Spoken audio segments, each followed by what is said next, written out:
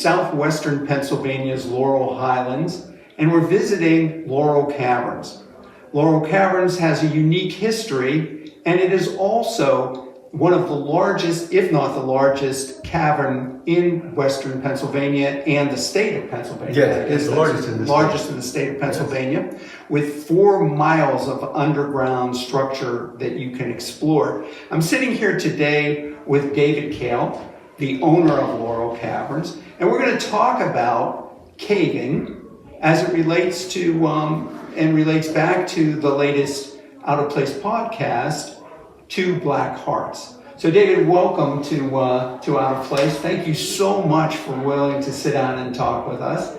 I wanted to talk a little bit about Laurel Caverns in general. I understand it's going to become a state underground park very soon. And I wanted to talk about your history, and particularly as it relates to Two Black Hearts, where we had the opportunity to talk about these fictional characters and how they got into caving and the different levels of caving that come into play here. So David, maybe tell us a little bit about your background, about Laurel Caverns. And I did a tour today with my wife, and all I can say is if you haven't been here, get here.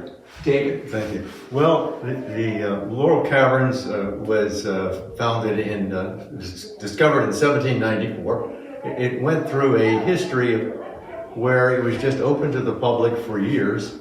My grandfather and some other investors bought pretty much this mountain and the next one over for land and timber and things like that in 1926. By 1950, my grandfather was the sole owner of all the property, and having this cave was a nightmare. People were coming in from everywhere, and people were getting lost in there, and it was a big problem. And people had cars, there were trash to clean up on the property, just a dirt road in here, there was no power here or anything. My grandfather wanted to develop the cave.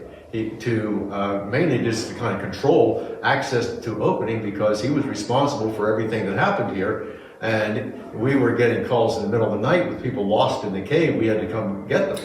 So I left home. My father was a minister in southern West Virginia. And I left home, came up and lived with my grandfather. We started development of the cave in May of 1962. We worked on it while I was in high school. And then when I was ready to go to college, we hadn't yet opened the cave yet, but I left here, went down to Concord College in Athens, West Virginia, to go to college. It was close down to where my father lived, so I would just commute from there. And I'm on campus in a completely strange environment. We had always had the Pittsburgh Grotto up here, cave. I knew a lot of cavers, and I'd been running through this cave since I was a child. So I knew caving, but I had not really ever experienced a lot of other caves other than Laurel Caverns. And so all of a sudden I found myself at Athens, West Virginia, right near the heart of some of these great, fantastic caves of southern West Virginia. And I'm a freshman in college. I don't know anybody. So I'm sitting there in the dorm, and not in the dorm, but in the student union, and I get friends with this one other student, a male student, and I was talking about, well, I know there's a lot of big caves around here, and there should be a caving club here, and there's no caving club at Concord. And I said, I think we should start a caving club. And so he said, okay. So I went and found a room that was empty, I thought, and no classes. So I made up a poster. I'm 2 or 3 weeks into campus, and I have signed just join the Concord Grotto. And put it there, put the room number, put the time, and we're sitting down there on the day and time of that. We're talking together, and all of a sudden we realized that, hey, it's time. We're late for this meeting. What if somebody shows up? So we ran down there to the room, and I looked in the window, and the classroom was full. And I said, "Oh no, they have. I scheduled this at a class time, and now we better wait here in case somebody comes along and says, to tell them there's a class in here." Well, nobody was coming. Everybody was inside. There was no one at the front of the room, and I suddenly realized that's my group. So I walk in the door. and fucking said, "Welcome to the Concord Grotto." There was no Concord Grotto, so we had nothing, but they were all there, and so I had to wing it. So I said, and they didn't know I was a freshman; they would have killed me. So I said, "Okay, the first thing we have to do is elect officers." They elected me president, and we had no equipment, we had no money, we had nothing. So so the first thing we're going to do is figure out where we can go find a cave and go from there. And I said, I'll start researching that because I did know some people with Pittsburgh Grotto. So anyway, a few days later, maybe a week or so, I'm in big trouble. I get called to the Dean of Men's office. You can't just come in here and start a club. This is, this has to be approved by all these people, everything else like that. You just can't do that. You have no approval. You don't even have a sponsor. So I said, well, okay. And I told him the idea. He said, well, actually, it's a good idea. And it just so happens that I have a good friend who owns the Greenville Saltpeter Cave, where they made saltpeter during the Civil War. And all those vats are still in place, just like they were. And I'll tell you what, I like the idea. I'll get it approved. I'll be your sponsor. And your first trip will be to Greenville Saltpeter Cave. Wow. And that's how it got started. And we started going caving then and put together. We didn't put together. We didn't just well ropes. I didn't have carabiners. We didn't have hard hats yet. Yes, I was just going to ask you about back in those days. I did have a big carbide light, a big 7-inch reflector on it. Right. And since I was the cave expert, since I've been in this one, we were totally. We met none of the standards, the wrong boots, we were just total amateurs, just a bunch of college kids just going out and finding these wild caves. We mainly explored the Oregon Hendrix system. One time we traveled and broke through and accidentally came into Oregon Cave without a commercial cave by starting almost over a mile and a half away in the Oregon Hendrix system, going into one cave and exploring that. They learned what an amateur I was at one point when we were exploring this cave, and of course I'm the hot shot leader. I got to be the leader. So we get to this little pond with a narrow passage, and I have my light, and I'm looking down. We have to wade through. So I look down. It's pretty shallow. So I thought, okay, I'll just go in here. We'll just wade across this water and get up over on the other side. So I jump in, and also I was over my head. The water, it was turbid. Yeah, it's perfectly still, nothing to disturb, no running water, and the silt was in a colloidal suspension. So when I jumped into it, I was in over my head, and then all of a sudden the sandy water, the silt water got into my eyes, my carbide light went out, I'm floundering around in the water, and finally pulled my way, got myself back up and pulled up, and they were laughing at me. They thought that was the funniest thing ever. So did you bring back all of that then here? Yeah. These experiences, you saw all those experiences? To some degree, yes. The big experience that I had there, the great discovery of that was probably a few weeks after that. On Friday, we had the Kennedy's assassination. And school was canceled. So I got on the phone with some of the members that were a little close, a smaller group, about 5 members. And I thought, let's go, since we don't have to worry about the classes on Monday. Let's go caving this weekend. And I want to explore some sinkholes that are above Laurel Creek Cave. A huge cave. The opening is so big that cows would walk back into the cave just to stay cool. Mm-hmm. And, but I knew where the map of Laurel Creek was. Mm-hmm. I knew where it was, and I knew there was no known cave underneath any of these sinkholes. And I thought one of these sinkholes could lead to a cave. So, most of the sinkholes, most farmers just use them to dump dead cows and dead sheep. Okay. So anyway, I find this one sinkhole, this little tiny hole goes down, and so I go into it feet first, and I couldn't find a place to put my feet. So I got a little rock and I tossed it down there to see, and the rock went thunk. Let me try this again. Tossed it. Thunk. That's deep. There's a cave here. I have discovered a cave. Wow. I have discovered a cave no one ever knew about. So I'm all excited now. This is what an amateur I am, you see. So now, back to campus. they got on the phones, they called up the other grotto members, and now we got a whole bunch, 3 carloads of us the next day going up. And of course, the Kennedy assassination's all over the news. So it's Sunday now. We are now going up, and of course, I have to go in first, and I'm expecting to come down on a series of ledges in this cave and find a cave, and I could go one way or the other. So we put the rope in, and it had gone down.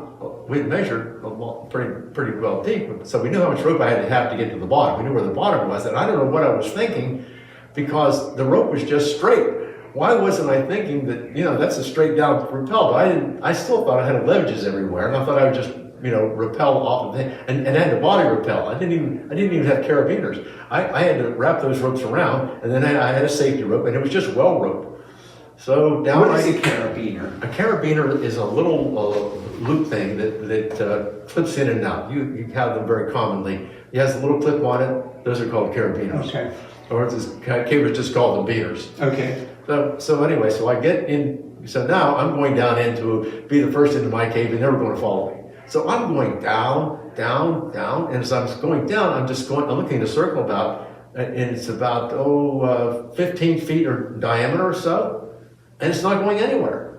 I'm going straight down, and it goes nowhere. And I get to the bottom. I'm in this natural well. They were called. I learned later they were called dome pits geologically, and I knew about one, but I'd never seen anything like this one. I've seen them in caves, maybe 20 or 30 feet down, where they call them these wells, these natural wells. But I've never seen one just all by itself and really going nowhere. And the floor was covered with all these little animal skeletons, which had gone in that hole I went in and just went straight down. And it was terrifying. And they're up there and they're yelling, "Hey, David, where's it go? Where's it go?" And I'm down, they're saying, "Get back!" And they're knocking blocks down. I'm back flat against the wall. They're knocking blocks down. And I was afraid that whole top ledge could come down.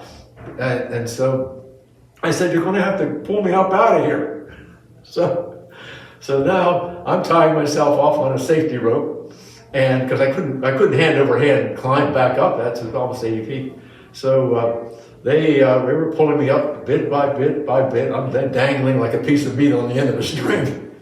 And finally, we get up to the top, and right at the last, they just got me in that hole just a little bit, and when they pulled me, they ripped off the lens of my carbide light, and I tried to catch it with my foot, but it just clanked on the rocks down below.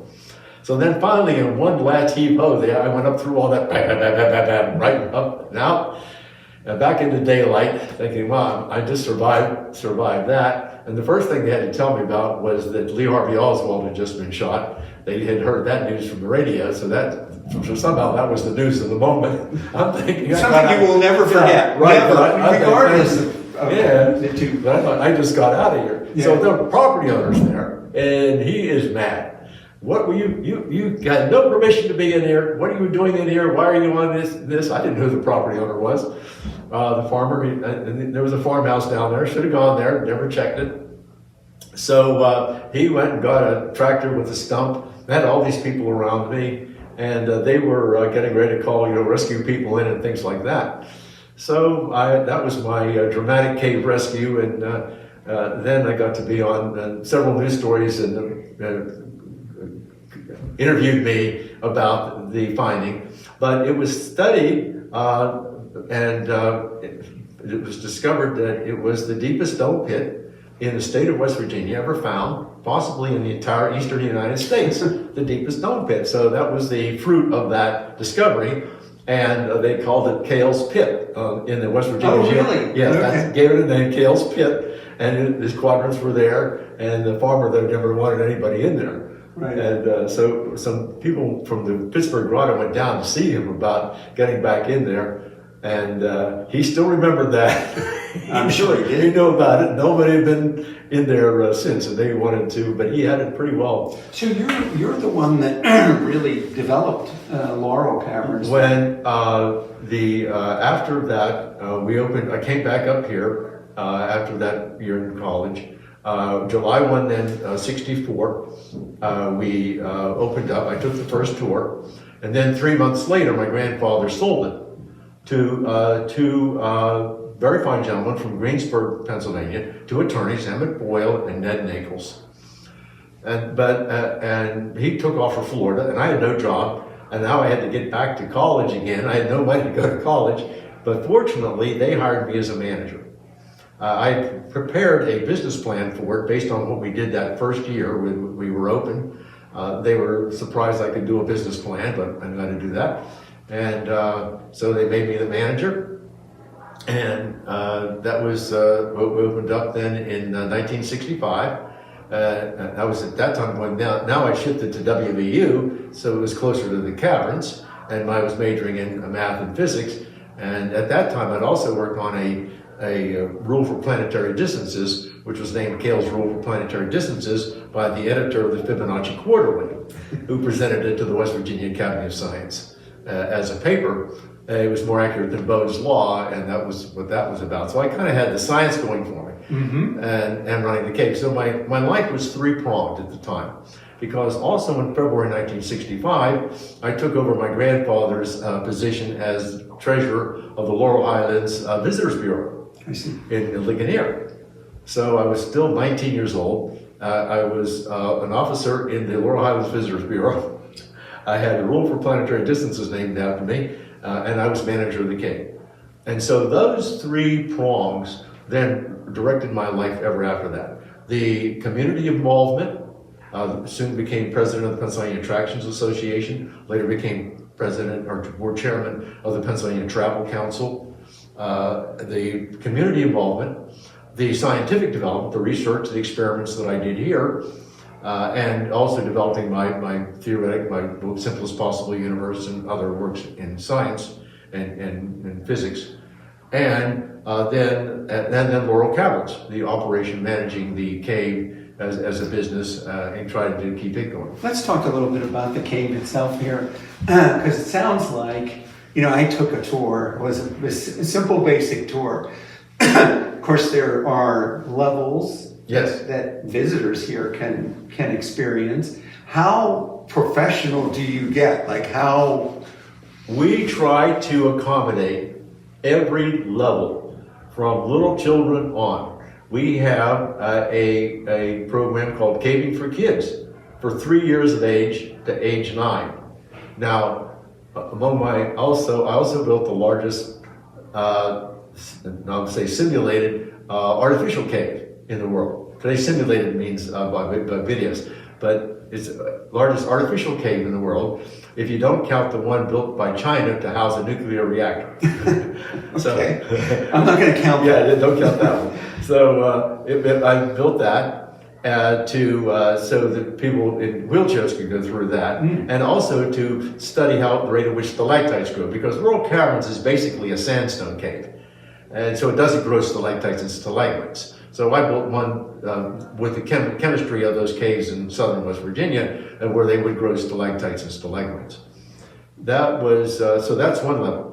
Then we graduate. Then we have a tour and crawl. That's where you can go on a commercial tour. And then you can go further into some of the easy parts where it's really, really safe, but you have to crawl around, and you can go anywhere from 9 years of age to any age up. Even college students find that rather interesting and some even challenging. Then the next level up from tour and crawl is the Introduction to Caving program, where we take you down into some of the very larger rooms further down the mountain. Very large. All off of the same vein. Same network. Same network. Yes. And then finally the deep depths, where we take you 45 stories down. So 45 stories down, all the way down. You're still not to the very end of where Laurel Caverns comes out, where the stream comes out, but you're down to where. I won't be doing that. No, it's pretty challenging. 45 stories down, 45 stories back up. So we have every level of caving covered. Laurel Caverns is amazingly steep, and that's one of the problems with it as a developed cave. So the upper easy part, the tour you went on, just covered the upper easy level passages. Right. You didn't go down all the way down. 15 stories would be the next level down. And then we get down so further. But to give you an idea of the slope of the cave, if we were to put the Washington Monument at the lowest level of the cave where the stream comes out of the limestone, this rock bed right here, the one behind me, Right. where that stream comes out, that you at that point put the Washington Monument there, where you and I are sitting here at the top, we would be 45 feet higher than the top of the Washington Monument. Oh my God. That is how steep and how the cave is from here, from where we're sitting, to where the stream comes out. And over that distance, but it's 4 miles of cave overall. Now, have you explored every inch of these 4 miles? I have been in every place that you can walk or crawl into, that you can get into. Some places I went where I should never have gone, but yes, I have been there. I've been discovered along the cave that we have now by doing digs and going in. The cave is a network. It has, think of a grid of parallel or perpendicular passages. Well, the rock dissolves along these joint lines into sand. So if you have our sand-filled passages, well, the streams tend to flush the sand out of the steep passages and leave the level passages full of sand. Right. So the art of finding new cave is to dig out the level passages, and then pop into a new steep passage no one's ever seen before.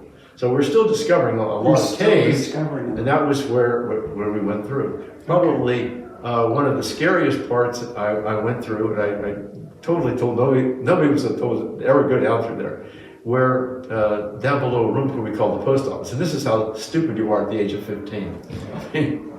My dumb caving stories can go and go. So I'm 15 years old, just with me a flashlight. Nobody knows I'm down there. I just was going down through the cave, and I always wanted to see where no one had ever been through this one passage where the stream disappeared and came out over on this other side. And I thought, I was pretty skinny in those days, so I thought I could do that. Well, I'm lucky. I started into that thing and I got wedged, and the cold water was running around me in the stream. No one knew I was down there. I couldn't back up. With my foot and with where I was just wedged. So finally, I thought the only way I can do is go forward. And finally, I wiggled out of that. I wiggled forward, climbing through that, and I finally popped through on the other side and made it out. And I never told anybody that I had done that. Oh my God, I've seen that on YouTube. Yes, and because the pancake, they call it. The hypothermia alone would have killed me just by that cold water. And looking back on that, I thought, between that and then you'd think, then going into that sink, that well, straight down. But the idea of finding being in a part of the world that no human being had ever seen before is an amazing thing. When we broke through into Cale's Canyon, where they named it after me, and we finally had that breakthrough, and it's a very long passage and big, and to go into that and to see this cave, the way it looked to the first earliest explorers, how delicate it was. There were little sand curtains, and if you just touch them, they crumble. And I'm thinking, I don't even want to make footprints in here. I just want this to be total. And everybody was behind me as we were exploring this new cave and trying to not hurt any of it and try to keep it as original and natural as we possibly could. So these within Laurel Caverns themselves, if somebody wants to come and really explore some of the more difficult ones, are they tour guided? They have to be. They have to be. There was a day when we could let people go by themselves. All that's gone. Okay. Now you have to have shoes that lace above the ankles, 1/4-inch tread.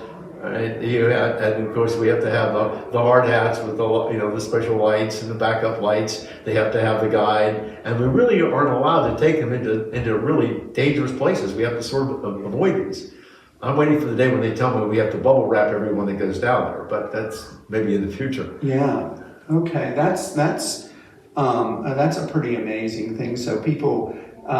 Those guys already know, and gals, what kind of equipment they should have before they ever even get here. Yes. Okay. So that's pretty cool. And that they can just call in advance and see when the tours are taking place? Yes, we have it scheduled. They're on our website, laurelcaverns.com. Okay. And this time of the year, we run them just on weekends. In the summertime, we run them 7 days a week. So you've told me a lot about yourself, which I appreciate. And so I have to ask you more questions about yourself in regard to, you look like you're in great shape. Are you still caving? Yes. And how? Well, here, Here. I'm not running out. Okay, but are you? I still go down. Oh yes. You go down to the deepest parts. Yeah, you want me to take you down there? I'll take you down. No, I don't have the equipment, nor do I have the. No, I don't run out of there like I used to. Okay. I used to be able to kind of run up there. I generally would. I would take Boy Scouts down there and in kind of sometimes just to be a smart aleck, I would try to outpace them but that's not smart to run through there. But anyway, yes, we can do that. So when we were talking before we started to record, I was telling you about the story Two Black Hearts and people going into caves. Mm-hmm. These two young women going into a cave, ultimately getting trapped. And you were saying, I guess in those cases there's sinkholes down there. You can run into sinkholes. Well, no, a sinkhole is a surface feature. Okay. And we don't have any deep wells or anything like that here. However, the sinkhole is just where the surface collapsed into a cave opening. Yeah. Or into a room. Yeah. A room collapsed from the surface. Dirt came in. But what we do have in between the rocks, we have rooms 50 feet high. We have boulders down there that are maybe 20, 30 feet high. And between these rocks, it's possible that people could fall down between them, or they drop a light. A lot of times people lose lights, and you're not going to get down and find them. I mean, that's down there. Okay. We can get to it, but it's not easy. Right, okay. Now, the other thing that was very interesting to me during the tour that we took, you have some great tour guides, by the way. Yes, we do. Really we have a wonderful staff here. And in Two Black Hearts, there's a scene in Two Black Hearts where one of the main characters is screaming. And the tour guide said you could be in one room, so to speak. He called them rooms in the cave. And you could be in an adjacent room and still not hear them. They're that insulated. Yes, that can be. Sometimes, and there are other places they do carry through. Certain kinds of music will echo through, for example, the maze up here sometimes. Mm-hmm. But in other times, yes, you can be not very far away. Another thing the limestone rock does is it attenuates radio waves. Your iPhone's worthless down there. Even walkie-talkies, they don't really work very far in the cave. This rock is so dense, it won't let the radio waves through. I see. So each cave has its own character. Each cave has its own character. So some of you might actually have decent. Some caves would have, but in general, limestones tend to, although this is more of a sandstone, rocks generally don't allow a lot of radio waves through. That's why caves are a good place. There's something we've studied here in physics called gamma density. That's the density of radio waves. You can just think about all the radio waves that are passing through your body right now from all the different, that's why anybody's iPhone will work in this room. Why? It's because all these towers are sending all these radio waves right through your body right now. So why isn't your body being torn to shreds by that? And that gets into the physics, my area of physics, which is basically the quantum field,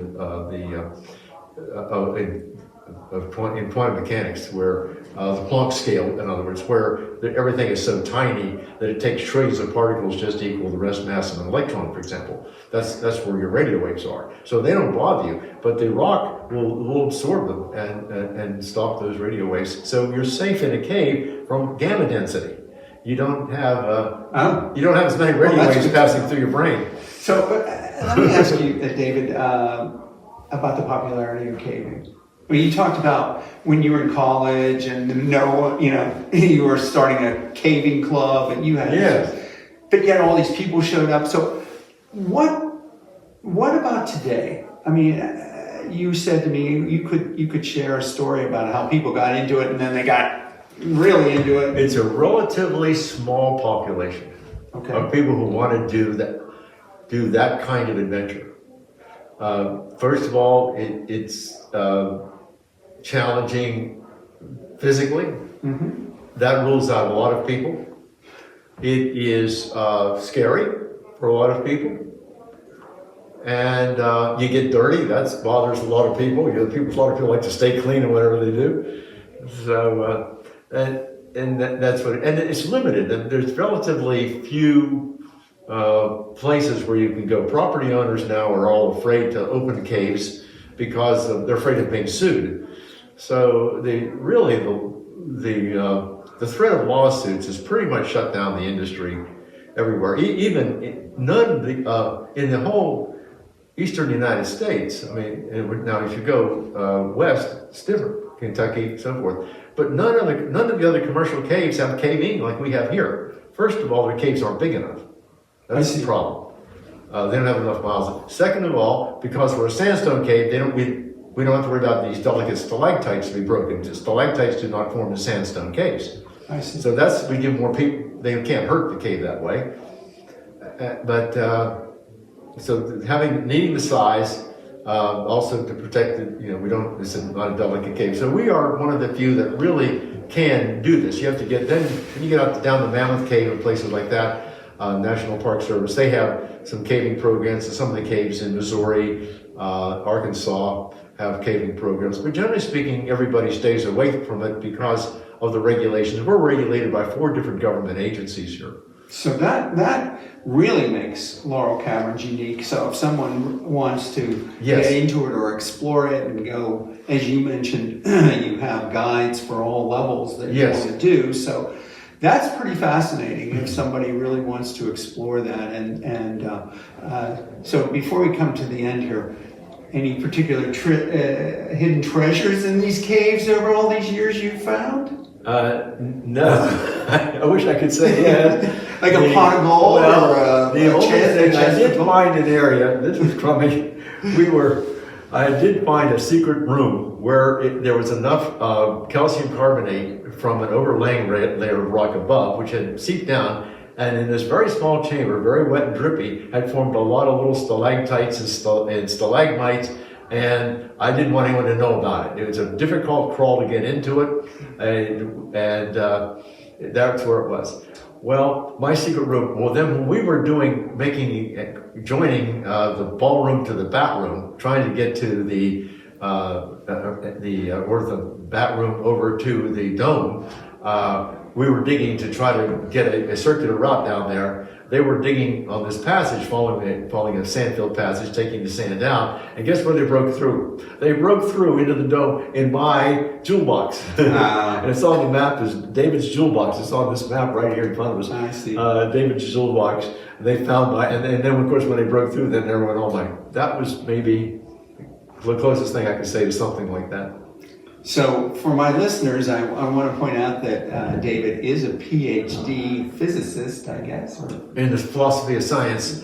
With my doctorate dissertation was the Kantian element and the Copenhagen interpretation of quantum mechanics. Okay. So the philosophy of physics would be more appropriate to philosophy of physics.